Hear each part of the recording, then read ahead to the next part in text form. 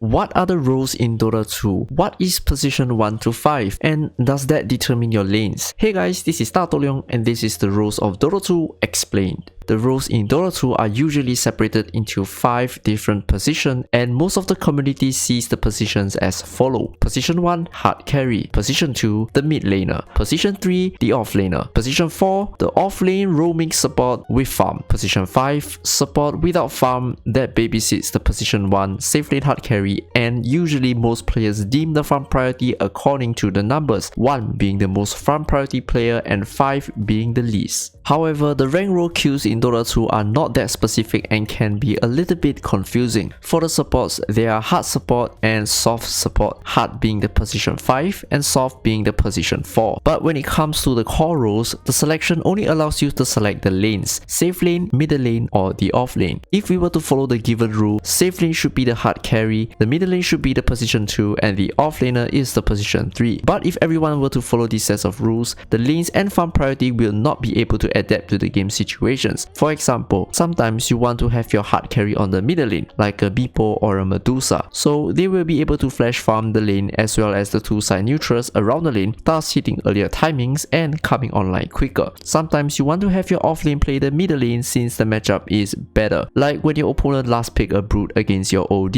You don't want your OD to get wrecked by a brute, so instead you get your off lane Sand King to play the matchup. Sometimes you want to have your carry play the off lane to dodge or to counter a certain matchup. There is also a misconception that the position 4 player should always go to the off lane and the position 5 player should always go to the safe lane. Well, in most cases, yes, but it is solely dependent on the matchup as well as compatibility with the core heroes. With that said, I personally felt that this way of looking at the position is completely flawed and there is a better representation on how the farm priority should be explained. The position 1 player of the team should be the primary win condition of the team no matter the lanes, meaning that if you give that particular hero the space for farm and levels, the position 1 player will be able to carry the team to victory. Of course, I did factor out the player's ability to carry the game, but it is just a simple analogy. For example, if you have a safe lane PL getting farm and levels, he will be able to eventually take out all the enemy heroes and kill all the buildings. This can vary in different situations. Like if you have a Meepo, you most likely want him to be on the middle lane so he farms faster, and usually the Meepo is the primary win condition for the team. Thus he's the carry and thus he's the position 1 carry mid laner. But in most cases, the position 1 carry is placed in the safe lane. The position 2 player of the team should be the secondary win condition for the team. The position 1 carry will not be able to take out every single one of the enemy heroes alone, so we have the secondary carry to assist with the job. Then again, the position 2 player can be on the safe lane, the off lane or the middle lane. For example, if you have a Storm Spirit, you mostly want him to be on the middle lane so he's open to runes and is able to make the necessary rotations. If you are Bristerback, you need quite some farm. You don't rotate well, you do really well against your opponent's safe laner. Thus, you are the position 2 off laner. In that case, instead of picking another position 2 for the mid lane, you want to have a position 3 mid laner to make the necessary sacrifice, as you can't have too many people farming in one game. So does that mean that you shouldn't have both Bristerback and Storm Spirit on the same team? No, that is not the case. The same hero can be played on different positions and the farm should be distributed on whom the primary win condition hero is. For example, the Bristerback player will be the key player that forces the building, thus he has the higher win condition. So instead of farming on your position 2 Storm, you want to have the position 2 be a position 3 to make the necessary sacrifice and rotation to get the lineup to work. But does that mean that the Storm is position 3 and doesn't take much farm throughout the whole game? Well, not quite so, and I'll cover that in the later part of this video. Most of the time, the position 2 player is either on the middle lane or the off lane.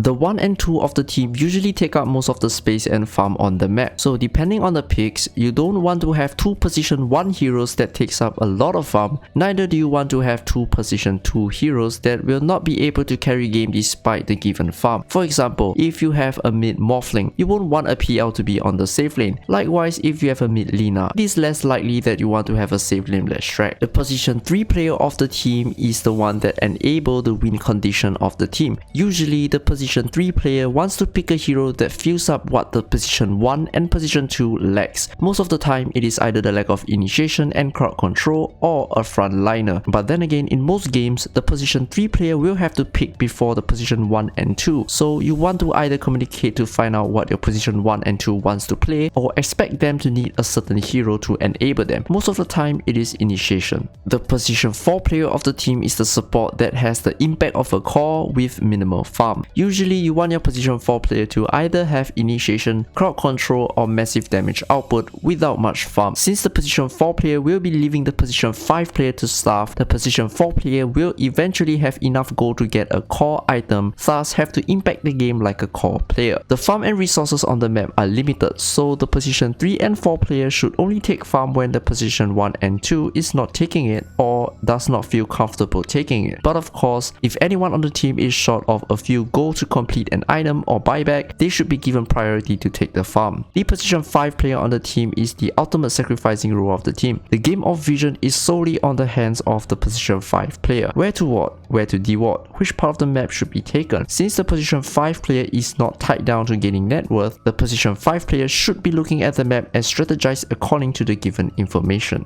Most of these positions can be switched during the game itself, depending on the situation. The main purpose of this position is to dedicate the farm to the win condition. Sometimes the position 4 Enigma can be a position 2 when there is absolutely no cancer to the black hole. Sometimes the position 3 Clockwork can become a position 4 as he failed to scale in the later stages of the game. Sometimes the position 4 Wyvern or Dark Willow can turn into a position 3 and start solo killing enemy cores. These are the main positions for the 5 players on the same team in Dota 2. However, position and roles are two completely different things. The position is the title that you are entrusted with and the role is the duty that you should fulfill. With that said, there are 3 main roles in a team fight: initiating or crowd control, the DPS, and the save. In order for any fight to go well, you will need the DPS to do the damage. You will need an initiation to start a fight. You will need a save or a counter initiator to protect your DPS. The DPS is usually the position 1 and 2, and the initiator is usually either the position 2, 3, or 4, and the save or counter initiator can be anyone on the team given the right situations. Of course, there are more sub-roles on the team to enable a higher level of gameplay. Roles like wave clear, catch, bait, and many more. Then again, it is almost impossible to communicate well and prioritize farm in different situations, especially in a solo queue game. Thus, if you're looking to improve and learn more about the game, I highly recommend that you stack well in a party so you get a full experience of Dota 2. There are a lot of players on my Discord channel that is looking for party members, and you can join the community in a click of a button. If you enjoy my Dota content, do hit the like, share, subscribe, and turn on the notification, and I'll see you in the next video.